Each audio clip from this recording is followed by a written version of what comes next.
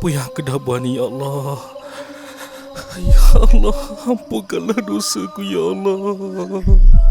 ولكل وجهة هو موليها فاستبقوا الخيرات أينما تكونوا يأت بكم الله جميعا إن الله على كل شيء قدير. Assalamualaikum warahmatullahi wabarakatuh dan salam sejahtera. Paparan keratan video tadi menunjukkan bapa yang berlaku pada seawal pagi subuh hari raya yang pertama. Apakah yang berlaku pada malam raya yang sebelumnya? Mari saya putarkan balik masa. Sebelum tu, kita sedia maklum bila mana pasangan suami isteri diijab kabulkan, maka segala kepahitan, kemanisan, kesenangan, kesusahan ditangani, diraih, ditanggung dan diraih bersama-sama sehingga ke akhir hayat. Ada di antara kita yang berumah tangga sentiasa senang dan bahagia. Akan tetapi, jangan kita lupa, jangan kita katakan mustahil, ada di antaranya mengalami kesukaran dalam menjadi pasangan suami isteri. Ada yang mencari rezeki dengan cara yang halal dan ada juga yang mencari kesenangan dengan bertuankan syaitan. Saddam dan Sabrina baru sahaja diijab kabulkan pada seawal tahun 2023. Pada mulanya, pasangan mempelai ini bernikah atas dasar cinta dan kasih sayang. Sama seperti orang lain, tak ada beza pun. Cuma, bak kata pepatah, bagai tabut emas, di luar berkilat, di dalam berongga. Dalam erti kata lain, di luar nampak indah, tapi malangnya di dalam sudah membusuk. Saddam berkejaya sebagai seorang supervisor di salah sebuah kilang, manakala isterinya pula suri rumah sepenuh masa. Beliau sebenarnya seorang suami yang penyayang, yang sangat kasih dan cinta pada isterinya. Bulan pertama sebagai pasangan suami isteri berjalan dalam keadaan baik dan lancar. Namun, kusangkakan panas sehingga ke petang, tapi hujan di tengah hari. Keadaan menjadi berubah bila mana Saddam putus mata pencarian atas sebab kilang tempat kerjanya muflis, tidak beroperasi lagi. Memandangkan hampir tiba bulan Ramadan, Saddam kena juga cari kerja bagi memastikan kewangan dalam urusan rumah tangga tidak terputus bekalannya. Berbagai sumber pekerjaan yang Saddam sudah pohon tapi kesemuanya gagal. Saddam buntu, duit simpanan makin lama makin habis diguna pakai. Masa inilah Saddam salah memilih rakan untuk tempat mengadu dan juga memohon domba pertolongan. Dalam tekanan hidup, Saddam salah memilih arah tujuan daripada mencari rezeki yang halal. Beliau terjebak dengan mencari sumber kewangan dengan cari hidup seorang syaitan. Di bulan Syaban, sebelum tibanya bulan Ramadan, Saddam dijinakkan dengan cara hidup mencari wang dengan kaedah berjudi di meja snooker dan juga bermain di mesin kuda. Tapi kalian semua, ada satu sumber kewangan yang sangat drastik hasilnya. Sebagai contoh, hari ini bertindak, besok dah dapat duitnya. Bukan sikit-sikit, bukan kaleng-kaleng, tapi agak lumayan duitnya. Kegiatan haram yang saya maksudkan di sini adalah bermain nombor ekor melalui kaedah tarik duit. Saddam dan rakannya akan pergi ke suatu lokasi yang difikirkan kononnya banyak tenaga-tenaga roh jahat ni. Di rumah kosong lah, bawa pokok besar lah, tempat kemalangan lah. Kemudian di situ jugalah mereka ni akan melakukan perbuatan syirik. Memuja-muja, memanggil-manggil semangat jahat ni hadir untuk kononnya membantu mereka menarik duit dengan harapan menerima nombor ekor ramalan. Kalau kalian nak tahu lebih lanjut dengan lebih mendalam bagaimana cara dan kaedahnya, itu saya tak tahu. Saya tak ambil peduli. Ini semua syirik. Benda haram laknatullah. Saya datang di sini nak minta nombor ekor tu. Nombor ekor? Ya. Sabrina, isteri Saddam, dapat menghidu perbuatan sirik suaminya. Puas sebenarnya Sabrina ni dah menegur, memberi nasihat kepada Saddam. Tapi biasalah, bila dah nafsu duit melebihi kewarasan akal, Daripada seorang suami yang penyayang, sekelip mata dia berubah menjadi suami yang baran, pendusta dan penggila hamba duit. Sepanjang bulan Syaban, apa saja kegiatan yang dilakukan oleh Saddam dan rakan sekutu jahilnya, semuanya berjaya. Tak pernah sekali pun gagal. Acap kali memuja pasti dapat nombor ekor ramalan yang successfully.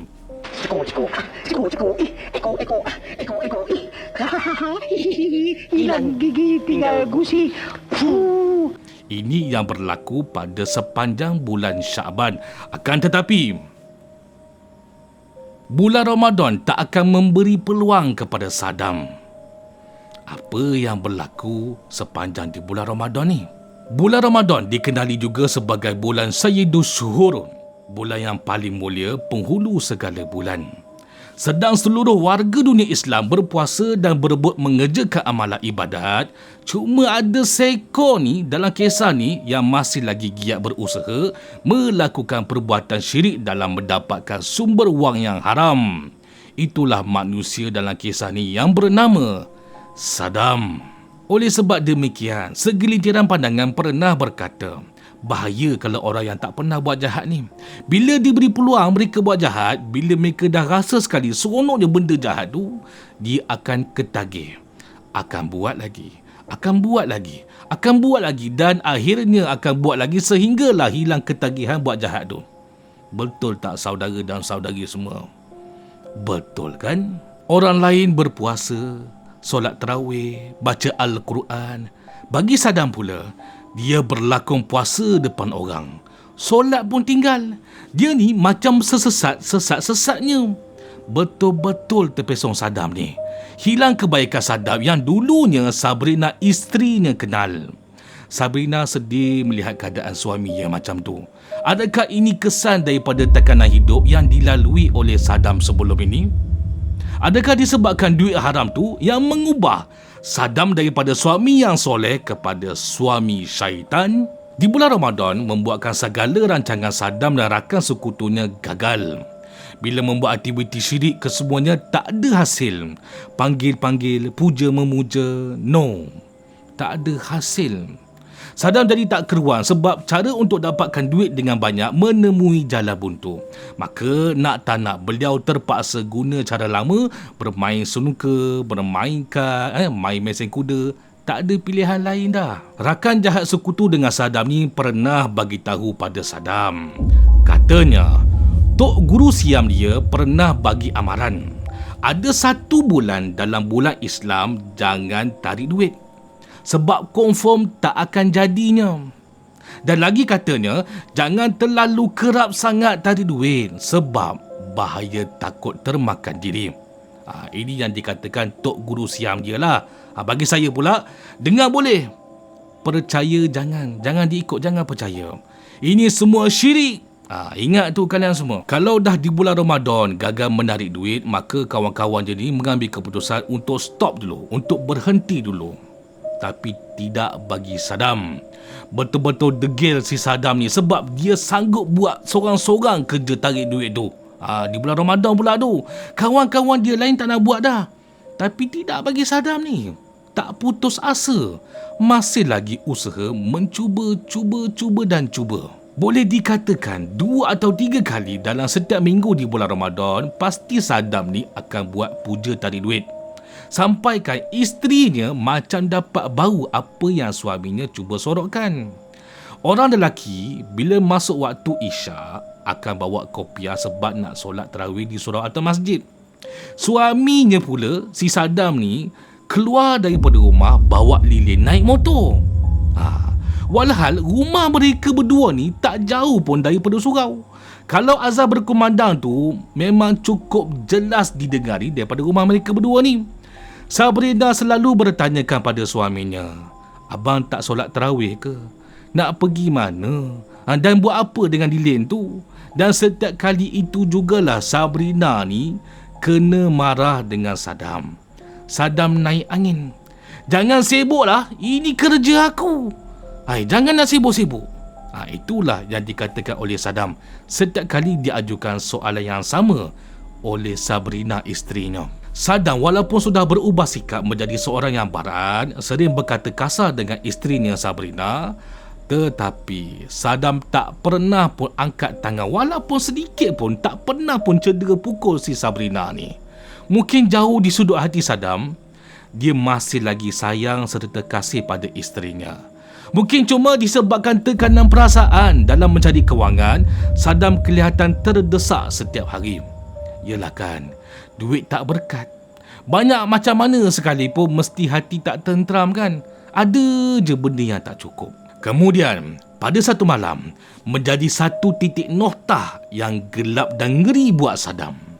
Disebabkan tindakan Saddam yang terburu-buru, membuatkan keadaan rumah tangga beliau menjadi tidak terkawal dan tidak stabil sama sekali. Masa ini jugalah Sabrina tersentap dan sangat sedih pada Saddam suaminya. Tidak terjangka dan tidak terlintas dalam fikirannya suaminya sanggup memperlakukan sikap sedemikian rupa kepadanya. Malam yang dimaksudkan itu adalah pada malam raya. Petang tu, Saddam bagi tahu pada isterinya dia tak balik berbuka puasa di rumah sebab ada hal mustahak yang perlu dia buat. Jadi Sabrina terpaksalah berbuka puasa sorang-sorang di rumah. Lagipun si Saddam ni bukannya puasa. Dia berlakon je puasa depan isteri je. Belakang, plastik hitam mari siapa dia. Saddam ni tengah rungsing.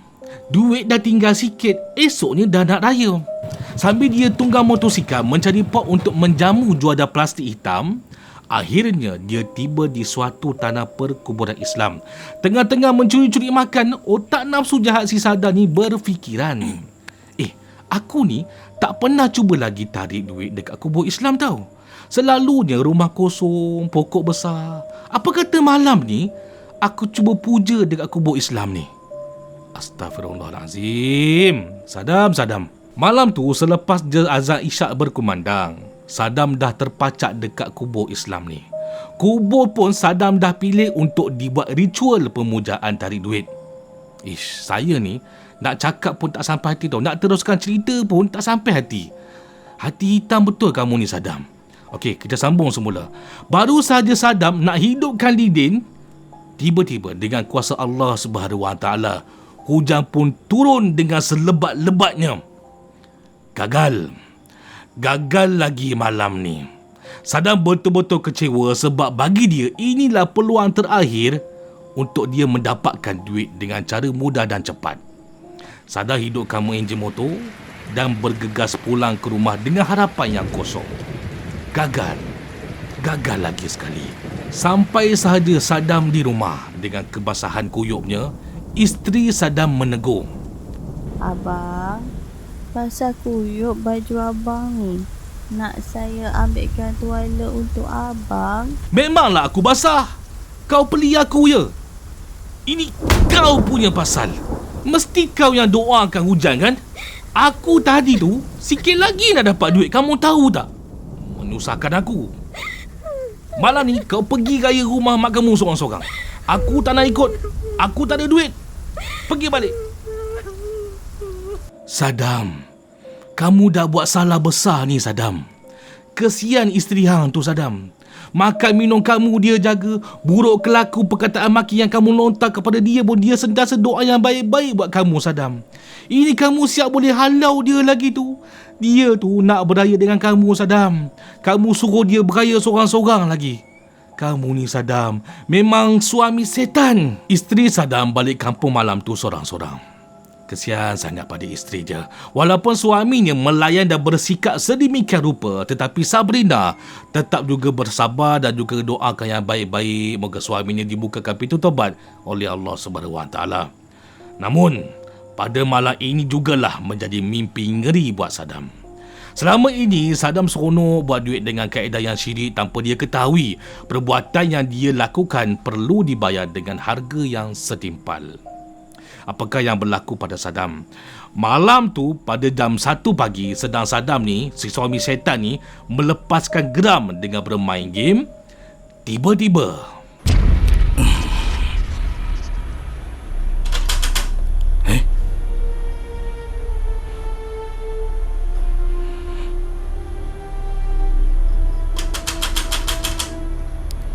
apa pula ni?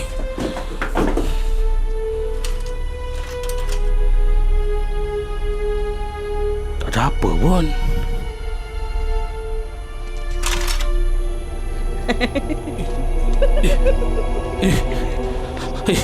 Ini tak mungkin. Takkanlah kena kat aku.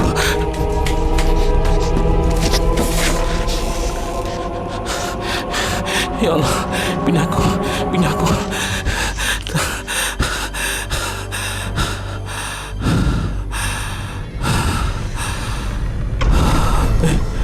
Apa pula ni? Ya Allah, ampunkan aku, ya Allah.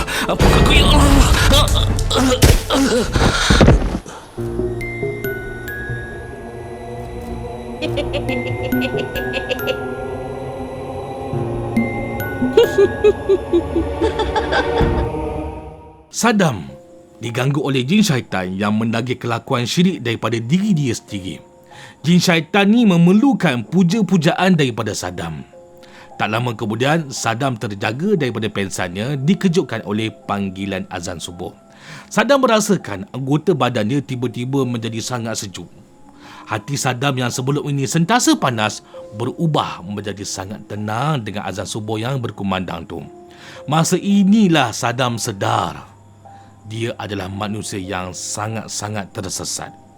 Menggigillah anggota badannya untuk segera bertaubat, memohon ampun kepada Allah Subhanahu Wa Taala. Sebelum dia pingsan, dia sempat membuat panggilan telefon pada isterinya. Tapi belum sempat dia menjawab, Saddam sudah berlari ketakutan. Pada waktu itulah isteri dia tahu ada sesuatu yang tak kena yang dah berlaku pada suaminya. Dia perlu pulang dengan segera untuk memastikan keadaan suaminya yang tersayang tidak ada apa-apa yang berlaku. Assalamualaikum. Bang? Hello? Kenapa senyap macam ni? Hello? Bang okey ke tak ni? Okey ke tak ni? Bang nak saya datang ke? Bang? Sesedar dia Saddam daripada pensan, Saddam pun insaf. Saddam mendirikan solat sunat taubat dan juga solat subuh. Dia cukup yakin Allah Subhanahu Wa Taala yang mendorong hatinya untuk bertaubat dan juga memohon keampunan dengan segera. Hidayah tidak akan datang bergolek kalau bukan kita yang perlu berusaha, bertindak dan mencari peluang sebaik mungkin. Tiba-tiba Saddam terbayangkan wajah isteri dia. Pilu rasa hati Saddam sebab dia sedar dia sudah bersikap kejam pada isteri dia. Kemudian saudara dan saudari yang menonton, apakah yang berlaku seterusnya? Sila tunggu sebentar. Sekejap ya, sila tunggu sebentar. Tonton kisah video ni sampai habis. Sebelum tu saya nak ucapkan terima kasih banyak-banyak kepada semua yang sudi menonton, sudi hadir, menghayati dan menghargai setiap butir-butir isi penting dalam kisah ni. Untuk setiap kekurangan ataupun kebetulan sekiranya tersinggung perasaan, mohon maafkan saya. Kita hindari yang tidak baik, kita ikuti yang boleh dijadikan pengajaran serta pedoman. Mohon kerjasama baik semua untuk tekan button subscribe dan kalau boleh, sharekan kisah ni pada seberapa ramai yang boleh untuk ditonton dan diraih pengajaran bersama-sama. Jadikan tauladan untuk kisah seram Hari Raya tahun ini.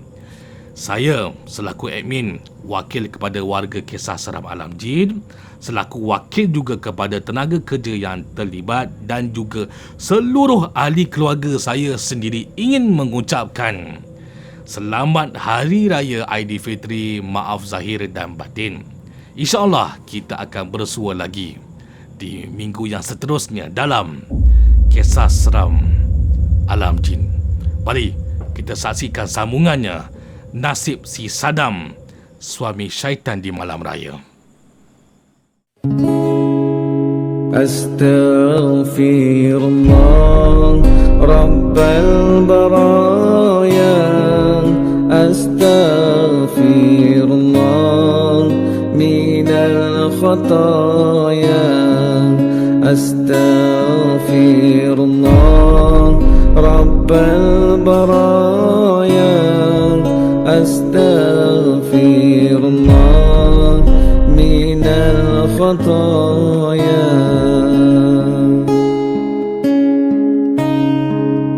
ربي زدني علما نافعا ووفقني عملا مقبولا ووهب لي رزقا واسعا وتب علينا. Assalamualaikum. Assalamualaikum. Abang? Abang kat mana? Abang?